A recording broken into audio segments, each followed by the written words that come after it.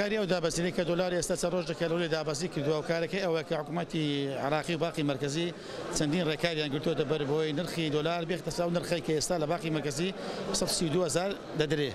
ئەمە ڕاستی ئەمانە ڕۆژانە ئێستا لە باقی ناوەندیش دۆلار ڕێژەیەکی زۆر دەخاتە بازارەوە، چەندین ڕۆژە زیاتر لە 200 میلیۆن دۆلار دەخاتە بازارەوە. ئەمانە هەمووی کاریگەری هەبوو لەسەر ئەوەی کە نرخی دۆلار بەڕاستی دابەزی. بەڕاستی ئەم دابەزینش باشە لەبەوەی خەرج مستەفید دەبی ئەو بازرگانانەی کە پێشتر بازرگانیان دەکرد و زۆریان بازرگانیان ڕاجی دابێت بەهۆی بەرزبوونەوەی نرخی دۆلار کە 6,770 دیار بوو. ڕاستی ئەوانیش نیان دەتوانانی بازرگانەوەی بازارەکە جێگیر نەبوو. بەڵام ئێستاوە بەرەبەر ڕۆژانە نرخی دۆلار دادەبەزی بۆی بازارەکە جێگیر بی، خەرجی زۆر زیاتر بووە بەهۆی ئەوەی کە باقی مرکزیش ئێستا لەگەر چەند لە خەرج کردەوە لێرکوانە کە بە شێوازی ئەلکترۆنیە و بازرگانەی بتوانن سەلەن کارتی باقی دروست بکەن بێن مستەفید بن دۆلاری کە 132,000 دیار وەگرن بۆی بتوانن بازرگانی پێ بکەن. ئەمە سروشتی بازارە لەبەرەوەی بەهۆی تەڵەب و خواستە لەسەر تەڵەب ئەوەیە دەبێت لەو شارەی دۆلار زیاترە خواست کەمترە، لەو شارەی دۆلار کەمترە خواست زیاترە. ئەمە تەنها هۆکارەکە بەتاکید دابەزین شش دڵخۆشکەرە بۆ هەموو لایەک.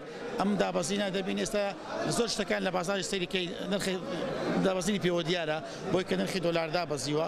ئەمانە کاریگەری لەسەر بازار دروست کردو بەتاکید زموزۆری بازار زیاترە لەبەرەوەی خۆی پێشبینی کردن ناتوانێت تۆ پێشبینی 100% بکەیت لەبەرەوەی زیاتر خواست تەڵەب و بازار دەخوا.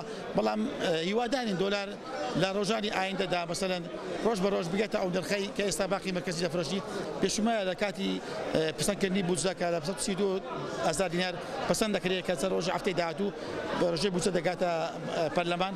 ئەمانش جێگای دەستخۆشیە ئەگەر بتوانین ئەمە بکەن، هەم بۆ خەڵک ئاسانکاریە هەم بۆ خۆشیان بەڕاستی جێگای دەستخۆشیە ئەگەر بتوانن ئەو کەلو پەلانەی کە بە نرخی باقی ناوەندی بدەن بە خەڵک جێگای دەستخۆشی خۆشیانی دەکەین.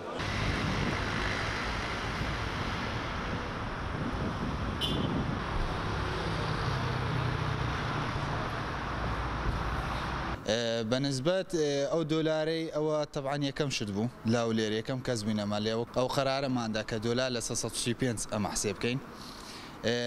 هەدەفی مە ئەوە بوو مشتری ئیستفادە بکاتنەوە وەزای.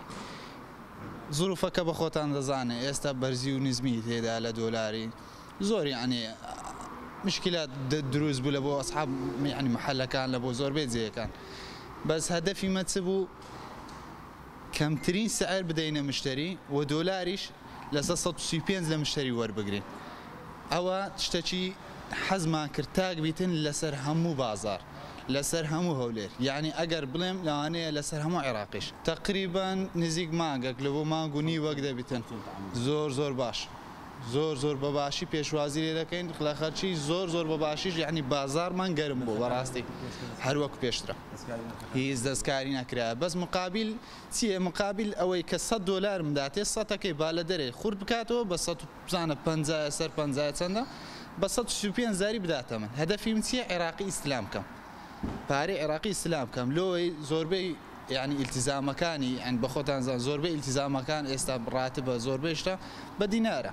ئەمە دەفمان چێت دینارەکەی وەربگرین. زۆر مشتری مشکلەیە بوو دەیگۆم ڕاتم دینارە ناتان بێ بە دۆلاری سرف بکەم، یعنی بکەمە دۆلار بە دۆلار سرف بکەم. نە، هەدەفی من چییە؟ دیناری لێ وەربگرم. ئینشاڵڵا تا وەزعەکە عادی دەبتەوە بەنسبەت دۆلارەوانە بەردەوام دەبین. طبعا لەسەر هەموو مارکەت شەکەمە ئێستا کریتمە. پارچە بۆ زۆر مەوادە بۆ زۆر زەرێریشمانە بۆ لەسەری. زۆر زەرێریشمان لەسەر بووم. بەس هەدەفی من چییە؟